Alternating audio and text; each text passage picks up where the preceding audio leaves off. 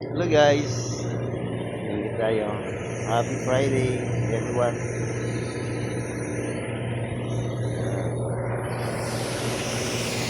Sa Paris,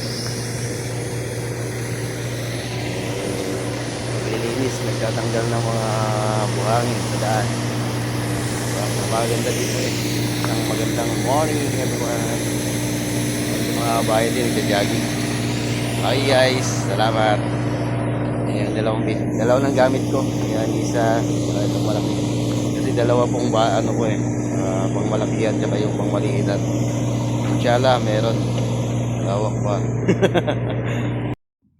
Okay guys, until now waiting pa. Nasa ano pa lang tayo yata. Nasa 1 hour pa lang ata tayo. Kasi 7:40 tayo dumating. Kasi ngayong alis natin na alas 6 ay gininaw, natulog ulit. Yan. Yung dalawang bingit natin, oops, tingnan natin yung isa, wala. Pang malaki yan ng isa. Yung isa maliitan.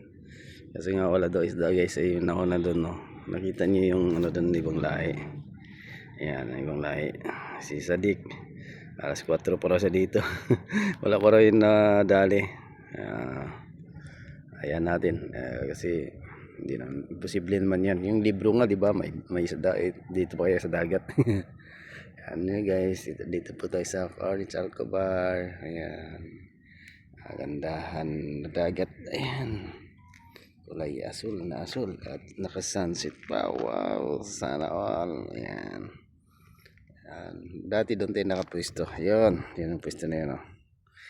Kasi ngayon lumayo tayo konti at para naman maiba. May mga kababayan tayo dyan na nagwo-walking. Wala ngayon. Ayan, iyon na lang sa kababayan, oh. Sa bila, wala. Tahimik na, nag-awayan na yata sila. Kasi medyo mainit na. Okay guys, yan lang pang update habang nag-aantay po tayo.